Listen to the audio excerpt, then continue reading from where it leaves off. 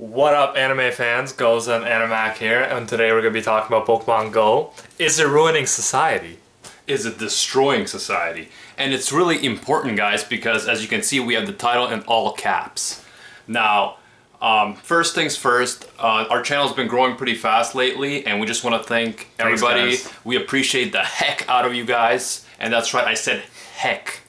I went there, man. Everybody seems to be into Pokemon Go. It's really popular, obviously, but it does have its haters as well. People who think that Pokemon Go is just way out of control, that it's, you know, either stupid or that it's destroying society, and Or again, that it's childish. Pokemon Go hate is real. yeah, man, it's real. But we even found some articles, and you can check those out in the description, about you know, a guy playing Pokemon Go while driving and hitting into a police cruiser, which is like the worst thing you could possibly do. Or some guys getting apparently shot at while playing Pokemon Go because they were trespassing. Yeah, like a whole bunch of crazy stuff. So yeah, there seems to be some real issues going on with Pokemon Go, but there seems to be, you know, a lot of hate out there that's just kind of like, oh, it's childish, it's for kids, whatever. So I don't know, let's talk about that. Let's see what's going on. What do you think, Gozen? Well, first of all, I think always you'll have problems with stuff like this, right? Before, people in cars, like, there's been plenty of like issues and talking about people playing Pokemon Go in cars, and yeah, that's horrible. But you can't blame the game. I mean, people have been texting all the time. They still text, they do other stuff. So people find stuff to do. You can't blame a game for that. You know what I mean? Yeah, it's like people are talking about like, oh, someone, you know, might get hit by a car while playing Pokemon Go because they're looking at their phone. But I feel like people who would do that would do the same thing while they're texting, right? So it's not, I don't think it's unique to Pokemon Go. It's like, obviously, if you use your common sense, you know that you can't, you know, be distracted while walking in a dangerous area, while driving. You shouldn't do that. You should never play Pokemon Go and drive, just like you shouldn't talk on the phone and drive, just like you shouldn't text and drive, right? So like, I feel like common sense, people with common sense are going to know that, and people who don't have common sense, if they don't do that kind of stuff with Pokemon Go, they might do it with something else, right? So I would say that it's not Pokemon Go to blame there. It's more like, you know, the mentality of those people who are not focused enough, not concentrated enough on what they should be doing. Yeah, definitely. And now let's just go through some positives, because it has been getting a lot of hate, and just the whole idea of people using it as like an excuse to do something else. Like, there was a scooter shop, and it had like, if you ever feel stupid about riding a scooter, then think they're grown adults playing Pokemon Go. So that's like a common kind of idea. And it's like, how is exercising, you know, having fun, it's a social thing as well. Like, it's been huge for just socializing. Like, a lot of people, like, there's been a problem in Japan for a while, right? People don't want to leave the house.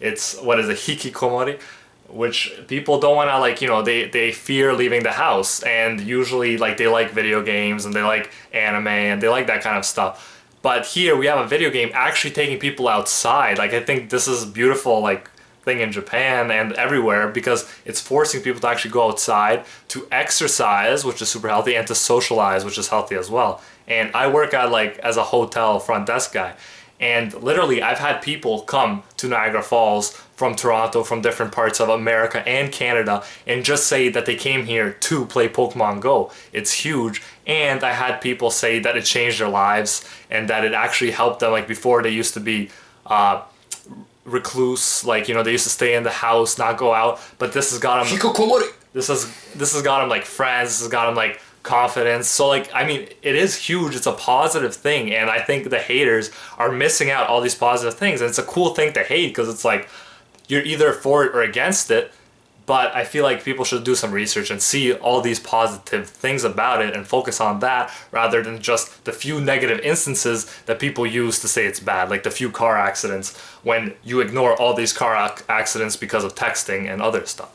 Yeah, so I will say Niagara Falls is a huge Pokemon Go hotspot, and we actually have a vlog out on that if you want to check that out.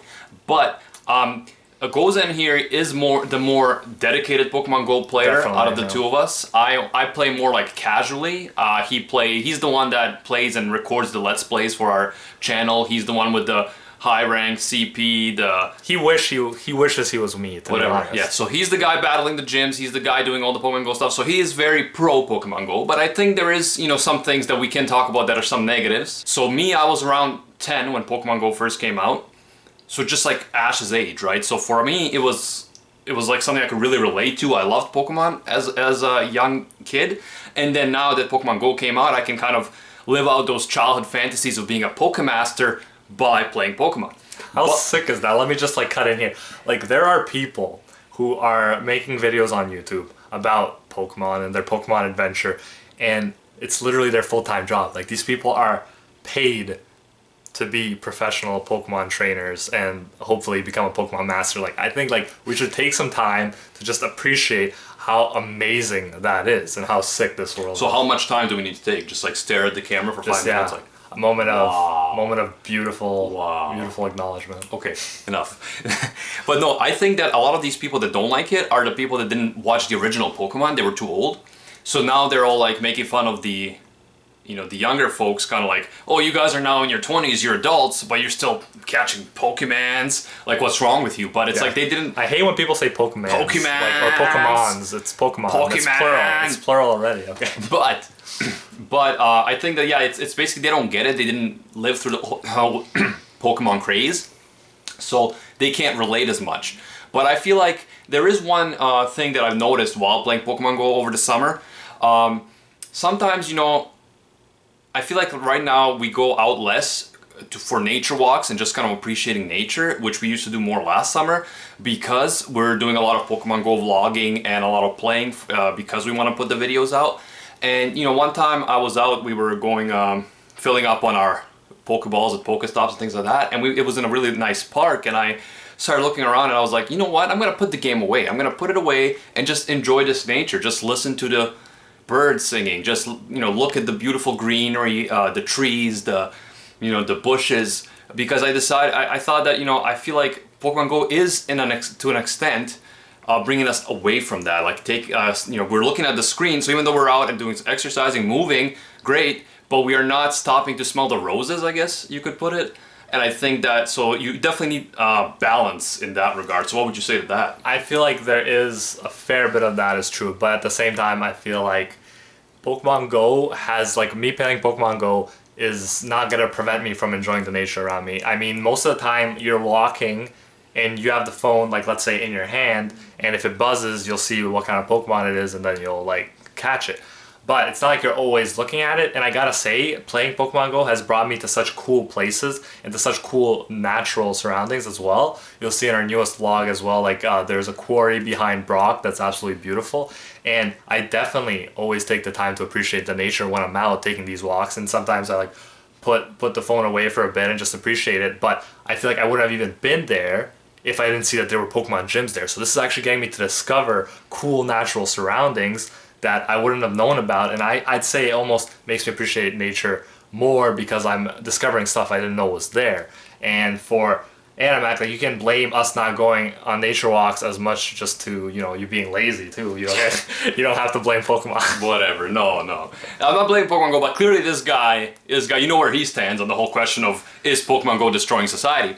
Where I stand is I feel that it has, it's all about balance. Like any game you play, if you're playing it 12 hours a day, there's something wrong. You're going to be missing out on a lot of things in life. You're going to be, it's going to be affecting your relationships and all these kind of things. But if you know, when you should play and when you should, back away, put the game away, stop to smell the roses, hang out with your friends, hang out with your girlfriend, I think, if you can have that discipline, then Pokemon Go absolutely is not destroying society. But obviously, if positive effects, man. If we have a lot of people addicted to Pokemon Go and they're like just losing it, then it's an issue. But it's not, the real issue is not Pokemon Go. Then it's the people that are not disciplined. Yeah. It's the mentality. It's the lack of perspective and lack of priorities. Right. So, is Pokemon Go destroying society? No. But the only people that can destroy society are the people themselves. And I just want to add that that's true. Your life can't be Pokemon Go. You got to step away from it sometimes. But at the same time, I feel like it can actually, it doesn't have to be relationships or Pokemon Go, because like me and my girlfriend both play Pokemon Go. So actually something to do. It's like you can go on Pokemon Go dates even where you just explore new areas. Yeah, no. Pokemon Go dates, bro. That's true. That's So romantic. So romantic. Anyways, okay, so yeah, Pokemon Go, like you can use it to explore new places and you can smell the roses and play Pokemon Go at the same time. It doesn't have to be one or the other. You can step away from it sometimes, but yeah, I think overall it is a very positive thing. We've been hitting like our 10,000 steps at least a day since Pokemon Go, which was very rare before. Even with the jogging, I had trouble hitting 10,000 steps. With Pokemon, it's been almost every day hitting the 10,000 steps. So I think it's doing wonders for people in general. People just gotta be careful to not let it control their lives and to obviously, if they're driving or doing something important, to focus on that and not focus on Pokemon Go. And of course, instead of taking your girlfriend out for dinner, take her to catch some Pokemon. You can do both. Thanks, guys. Till next time, see you, Space Cowboys.